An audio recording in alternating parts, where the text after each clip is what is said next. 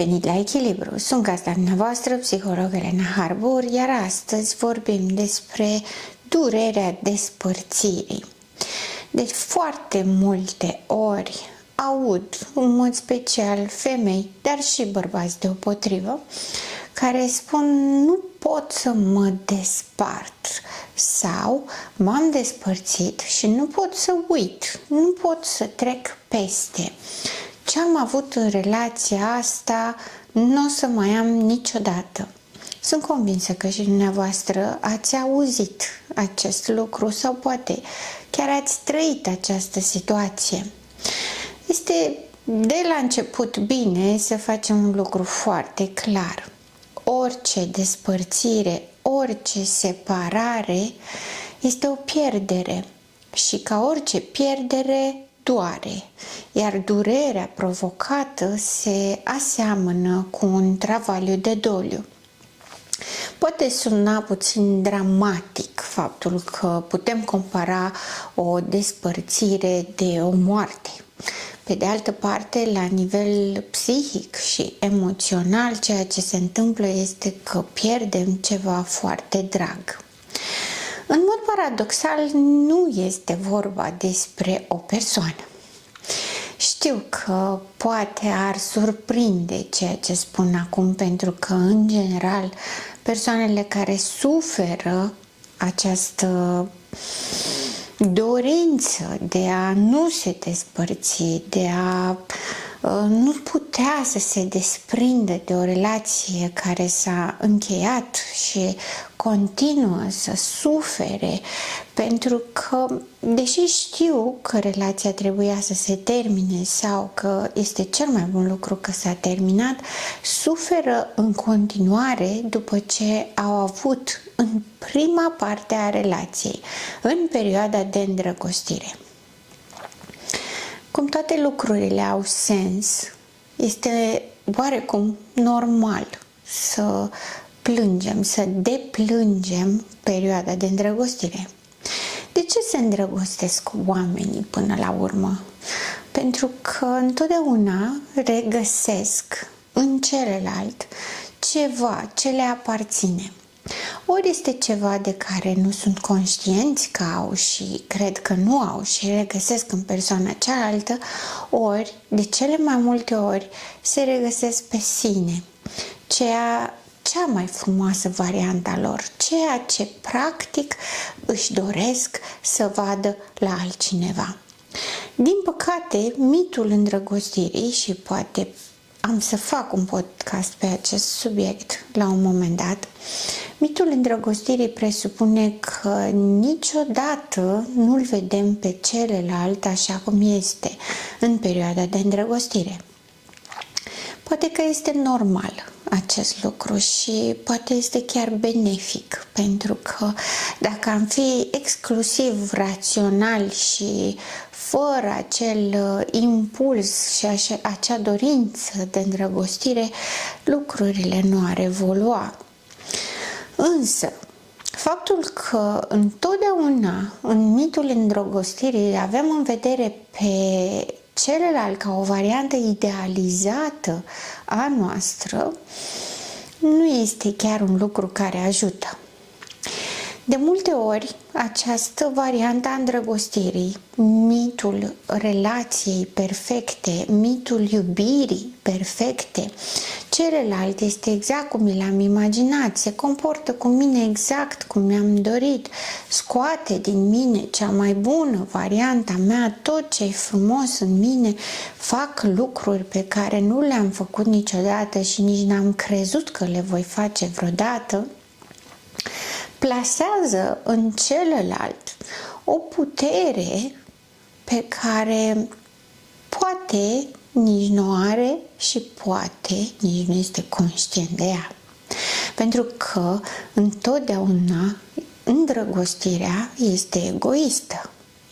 Întotdeauna ne îndrăgostim de celălalt pentru propriile noastre dorințe, pentru propriile noastre vise.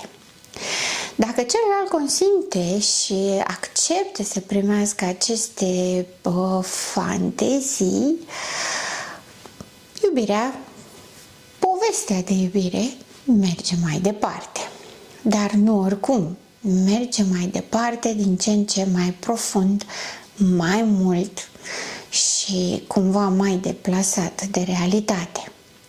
Pentru că nu întâmplător am folosit această descriere, acest mic intro vis-a-vis de iubirea egoistă și de investiția pe care o facem în celălalt. Desigur, este o dorință a noastră bună, o dorință frumoasă. Nu ne dorim să-l investim pe celălalt cu ceva rău sau să-l transformăm în altceva decât este. Dorința în sine este pozitivă și coroborată cu atracția fizică, atracția sexuală, toate lucrurile care ni le dorim să le primim și toate lucrurile care credem că ne lipsesc sau poate chiar ne lipsesc, conduc către o fantezie în sine, cap-coadă, un scenariu al iubirii perfecte în care ne simțim în sfârșit extraordinar. În sfârșit suntem iubiți, acceptați pentru ceea ce suntem, chiar dacă suntem imperfecți. Toate minunate și frumoase. Dar cum este o fantezie, nu are cum să reziste. În mod normal, între doi oameni asumați, armonios dezvoltați, care nu au nicio tulburare și nu sunt persoane toxice, această etapă de îndrăgostire durează între 1 și 3 ani, în care ei explorează minunăția iubirii și a contactului împreună în diferite metode. După perioada aceasta, cam 1 an și jumătate, încep să se trezească cumva la realitate și încep să-l vadă pe celălalt așa cum este. Uneori, alegerea este bună. Uneori, ambii parteneri decid să schimbe la ei mici lucruri, astfel încât lucrurile între cei doi parteneri, relația de iubire să fie posibilă și să continue. Însă de foarte multe ori, după această perioadă de îndrăgostire, vine partea de trezire care nu mai este plăcută. Dacă îndrăgostirea s-a bazat pe o fantezie mult deplasată de realitate, o fantezie ideatică, atunci trezirea este mai neplăcută. Și de multe ori, după această perioadă, partenerii încep să-și reproșeze unul celuilalt că nu este imaginea fantasmatică de la început. Imaginea aceea idealizată. La început erai blând, drăguț și atent, acum nu mai faci lucrurile astea, spun femeile. La început erai frumoasă, drăguță, foarte dulce și permisivă, acum te-ai transformat într-o scorpie, spun bărbații. Pe cât de amuzant acest joc între cei doi parteneri, pe atât de dureros este. Uneori, aceste neconcordanțe sunt atât de mari încât partenerii nu mai reușesc să se regăsească unul în celălalt și aleg să se despartă. Sau poate numai unul vrea să se despartă, iar celălalt, deși insistă și încearcă să păstreze fantezia iubirii, nu reușește. Despărțirea, a rare ori, este de comun acord, asumată și făcută într-un fel în care niciunul dintre parteneri nu este rănit. Și atunci este o despărțire frumoasă în care cei doi parteneri pot să rămână de aici înainte prieteni sau într-o relație de afecțiune fără a presupune depășirea barierelor de intimitate. Rămânând într-o relație bună, ambii parteneri, ei pot să-și refacă viețile cu alți parteneri, poate mai potriviți sau poate repetând povestea. Însă, sunt multe situații în care doar unul dintre parteneri vrea să se separe. Pentru unul dintre parteneri devine prea mult sau prea puțin, decide că nu este mulțumit și că vrea să se despartă și să urmeze un alt drum. Acest lucru de cele mai multe ori rănește foarte tare pe partenerul care vrea să rămână și de obicei nu se acceptă separarea. Și atunci există despărțiri dificile în diferite metode care dor mai mult decât ar fi normal să doară. Cum spuneam la început, fiecare despărțire este o pierdere, pentru că fiecare despărțire presupune să renunți la acest vis frumos pe care l-am trăit la început. Presupune să renunț la investiția emoțională pe care am făcut-o. În funcție de cât de mare este frica interioară vis-a-vis de propria percepție despre sine ca fiind o persoană de iubit sau o persoană care are de oferit, este durerea mai mare sau mai mică? De cele mai multe ori, în această perioadă de îndrăgostire, ambii parteneri fac eforturi să-l mulțumească pe celălalt. Este instinctual acest lucru, nu este malefic și nu este făcut ca ulterior să rănească. Este dorința de apropiere, de afecțiune, de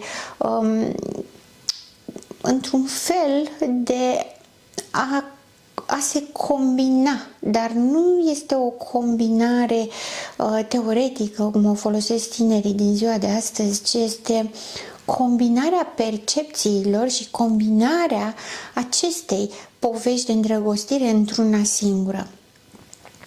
Dacă ambii consimt la acest lucru, chiar în doze diferite, ea devine reală și devine palpabilă. Iar o persoană, cum descriam mai devreme, care nu are un eu foarte bine stabil, nu are o părere foarte bună despre sine, nu este obișnuită sau n-a fost iubită în viața sa, mai ales în copilăria mică, va avea tendința să se agațe de povestea de iubire mult mai mult decât este normal. Ca atare, ori devine sufocantă, ori cere foarte mult, ori este foarte sensibilă sau foarte ușor de nemulțumit. În astfel de situații, de obicei, această persoană, fie bărbat, fie femeie, este persoana care este părăsită, ca să spun așa. Pentru că, indiferent ce ar face celălalt partener și indiferent cât de blând ar încerca să facă această tranziție de la suntem împreună pentru totdeauna, ne iubim foarte mult, la îmi doresc să am viața mea și să am o relație cu altcineva, un astfel de tip de persoană nu va accepta această variantă. Pentru că această variantă presupune că visul nu a fost adevărat și presupune că acel viitor minunat pe care l-a previzionat nu există și nu o să existe. Ca atare, este nu doar o pierdere a unei îndrăgostiri, a unei iubiri, ci este o pierdere a viitorului, este o pierdere a perfectului, este o pierdere a singurei șanse de a trăi iubirea ideală. Am făcut precizarea că vorbim despre persoane normal dezvoltate, armonios dezvoltate. Dacă vorbim despre patologie și în mod special despre narcisic sau histrionic, ei fac această îndrăgostire să fie palpabil ideală, pentru că ei creează această fantasmă în care absorb victima și o obligă să se plieze pe acest vis al lor, al perfecțiunii. Este o dinamică mai diferită, mult mai diferită decât o relație de îndrăgostire între doi oameni care nu au această tulburare, doi oameni care se regăsesc unul în celălalt, în care își pliază fanteziile de îndrăgostire și iubire. Când vorbim de zona de narcisic și histrionic, acolo există doar fantezia, nu există această regăsire unul în celălalt, pentru că persoana care are o tulburare de personalitate sau o tulburare psihică în zona de îndrăgostire, ceea ce face este să pună o oglindă și totul este despre celălalt, iar celălalt se îndrăgostește de propria imagine în oglindă, imagine care este idealizată, dar niciodată nu ajunge dincolo de oglindă. Acesta este un subiect care merită dezvoltat, însă este un subiect aparte. Acum aș vrea să mă centrez pe partea de normalitate care există. Și în ciuda unor opinii care spun că normalitatea nu există și că toți avem probleme, ei bine, nu este adevărat. Normalitatea există și este destul de prezentă și de mare ca număr, spre deosebire de patologie și de tulburările de personalitate. Revenind, atunci când se produce această separare, persoana pierde o parte din identitatea sa, o parte din tot ce a investit și tot ce a crezut că este în această relație și care trebuia, teoretic, în fantezia îndrăgostirii să dureze toată viața, să fie pentru totdeauna. E adevărat că nimeni nu se îndrăgostește pentru 2 luni, pentru 6 luni, pentru 3 ani. Întotdeauna când ne îndrăgostim, vrem să fie pentru totdeauna, pentru că ne place ceea ce simțim, ceea ce trăim, ceea ce primim și oferim totodată. Și atunci este normal să ne dorim să fie mai mult și pentru mult timp, dacă nu chiar pentru totdeauna. Ne plac visele frumoase și este normal să fie așa. Ne mângâie sufletul, ne mângâie mintea ca să putem cumva să trăim și să acceptăm lucrurile mai puțin plăcute. Despărțirea în sine presupune exact pierderea acestui vis, acestei investiții, o investiție cu tot sufletul, cu toate speranțele, cu toate dorințele, o implicare maximă cu toată esența ființei pe toată viața. Iar despărțirea presupune că totul se pierde. Tot ce am avut frumos s-a terminat, tot ce mi-am dorit și mi-am promis să fie nu va mai exista. Ca atare este o pierdere resimțită foarte intens la nivel psihic, emoțional, chiar și fizic. Pentru că multe persoane sunt atât de afectate de despărțire încât se îmbolnăvesc sau nu sunt în stare să dea jos din pat sau evită să aibă activități plăcute sau să se întâlnească cu alți oameni o perioadă destul de lungă după despărțire. Dacă despărțirea s-a produs brusc, cu atât mai mult există acest sindrom al travaliului de doliu în care relația în sine este resimțită ca un doliu. Este o pierdere reală, nu este imaginație. Cu cât fantezia a fost mai elaborată și mai distanțată de realitate, cu atât durerea este mai mare și cu atât tendința psihică normală este să ne întoarcem la starea de confort și aici apare această senzație de nu pot să mă detașez, nu pot să pierd, nu pot să mă separ, nu pot să o las să treacă, nu pot să merg mai departe. Pentru că este frica de viitor, nu știu ce o să se întâmple, este durerea pierderii, am avut și nu mai am. Și în plus de asta este o neacceptare a realității. Ca să putem să producem această separare de ceva plăcut, ne-a plăcut, am vrut, este important să ne întoarcem în realitate. Se poate întâmpla când partenerul care urmează să fie părăsit și nu acceptă acest lucru, a fost anunțat că urmează o separare sau poate separarea s-a produs deja. În ambele situații trăirea este aceeași.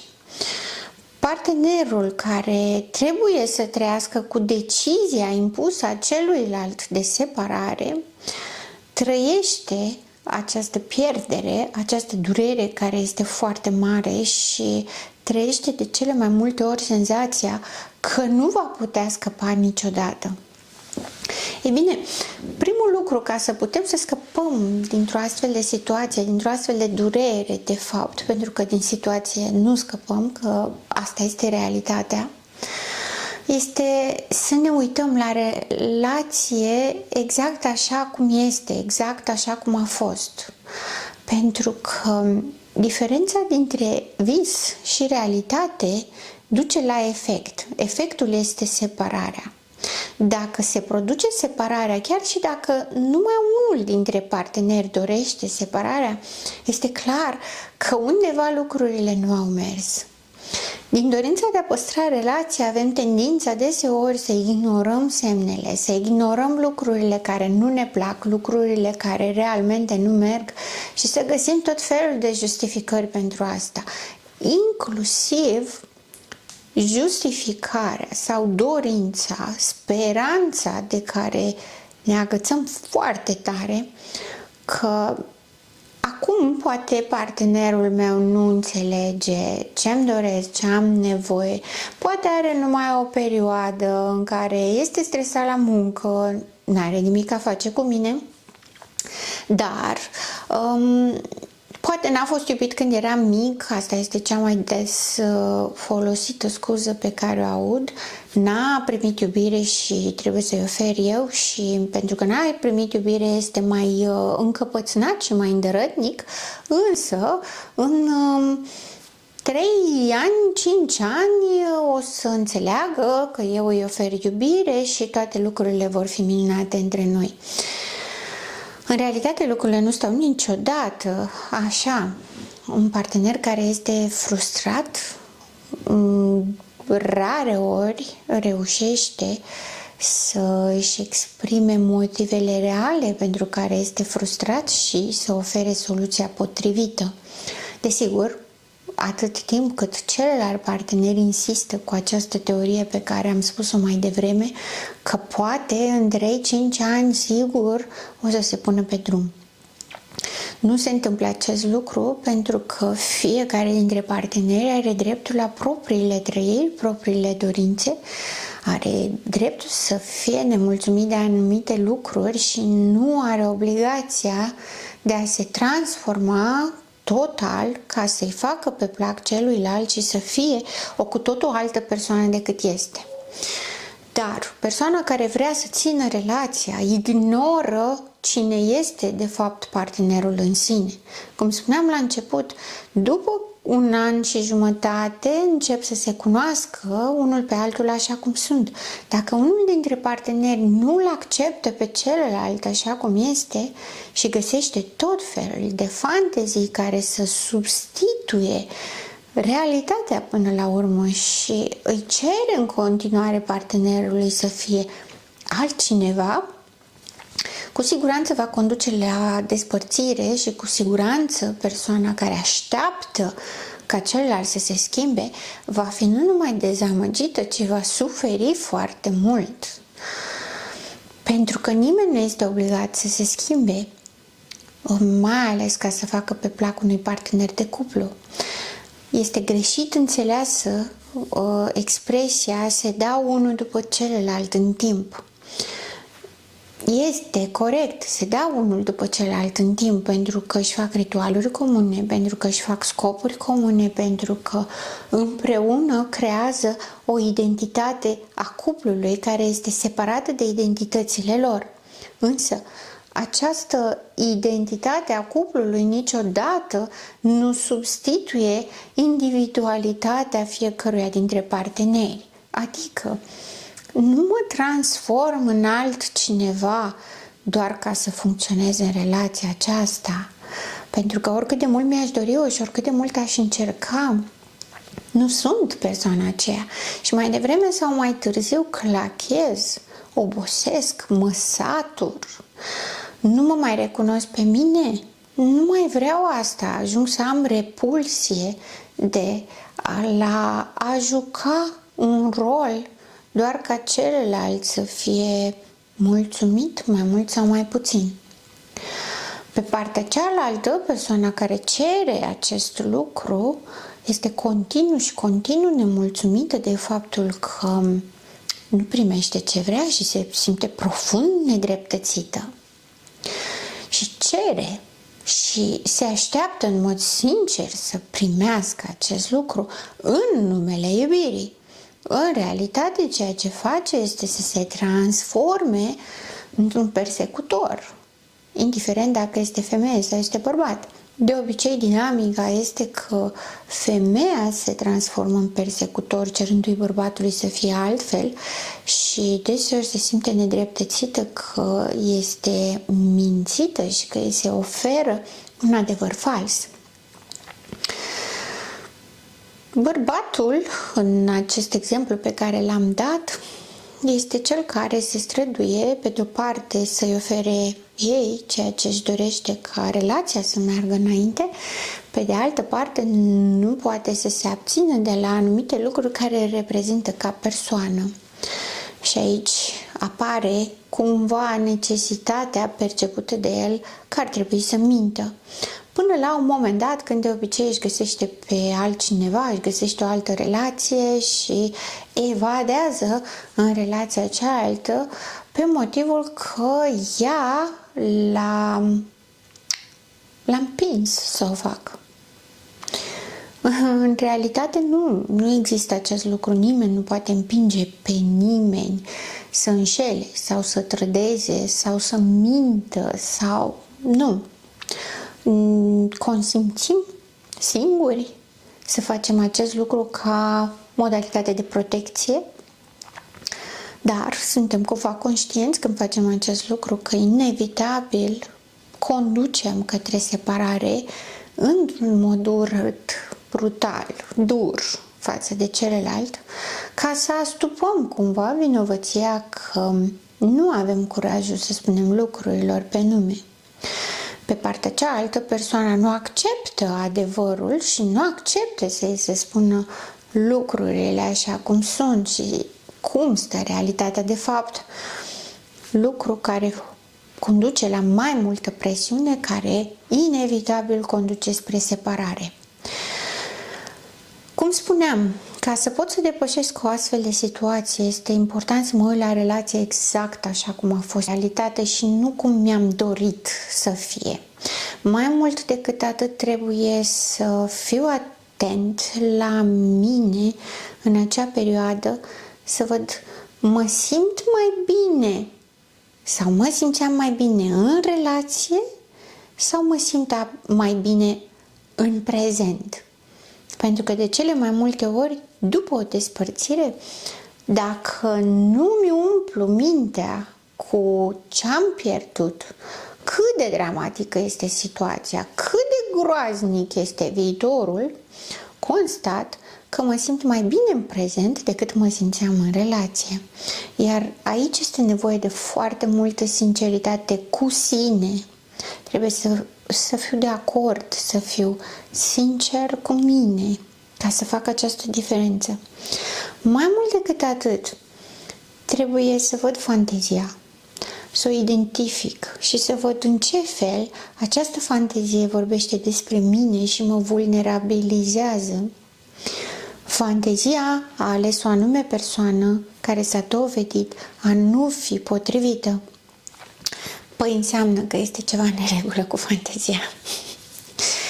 Mai mult decât atât, trebuie să-mi creez o perspectivă a viitorului care să mi se potrivească mie în realitate.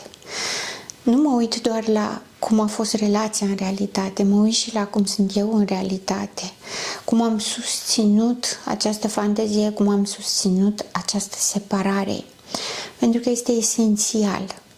Și mai mult decât atât, este esențial ca după separare să-mi iau un timp de singurătate în care să pot să înțeleg aceste lucruri. Tendința generală este, după o separare, ca să treacă durerea, imediat o altă relație, imediat o altă dragoste, o altă îndrăgostire, ca să ne mângâiem orgoliul că n-am fost umiliți, n-am fost părăsiți, n-am fost abandonați, merităm iubire, suntem în stare să fim iubiți, să iubim. N-are nimic a face despre asta. Sunt tot fantezii, tot fantasme, tot scenarii pe care ni le creăm în mintea noastră numai pentru a pansa durerea. Ei bine, nu putem să scăpăm de durere. Trebuie să lăsăm durerea să existe, pentru că numai durerea ne învață ce a fost greșit. Numai durerea poate să facă loc iubirii și afecțiunii reale. De durut doare distanța dintre realitate și fantezie.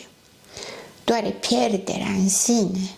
Însă pierderea, dacă ajunge să doară, înseamnă că a fost investită într-un mod nerealist. Avem nevoie de realitate. Doar în realitate putem găsi soluții, doar în realitate putem avea finaluri fericite. Niciodată în fantezie. Este mai ușor să ne imaginăm o relație perfectă. Este mai ușor să ne imaginăm despre bărbatul pe care îl placem sau femeia pe care ne-o dorim, că sunt ideali și sunt exact ce ne-am dorit, decât să facem o relație să meargă în mod real, decât să-l acceptăm pe celălalt așa cum este, decât să regăsim ceva unic de care merită să ne îndrăgostim în realitate la celălalt. Este mai ușor, este mai simplu, dar este și garanția eșecului totodată. Și în iubire, ca în toată viața, nu trebuie neapărat să fie ușor. Uneori merg lucrurile ușor și bine și foarte frumos, însă nu tot timpul. Și atunci, da, este necesar să facem niște eforturi, însă eforturile nu sunt ca să-l schimbăm pe celălalt doar pentru că noi ne-am dorit această poveste de iubire, ci este nevoie să ne uităm în interiorul nostru și să fim noi adecvați la noi, în realitate, nu în realitatea noastră, în realitatea comună, aceeași realitate pe care o împărtășește și partenerul nostru. Doar acolo sunt soluțiile. Iar ca să pot să mă separ de o despărțire, de durerea despărțirii, trebuie să trăiesc această durere, să o las să se dreneze, ca să poată să facă loc la o iubire reală. Mă bucur că ați fost astăzi alături de mine. Sper că acum lucrurile sunt mai clare, chiar dacă poate un pic mai dureroase. Sunt psiholog Elena Harbour și până data viitoare rămâneți în echilibru.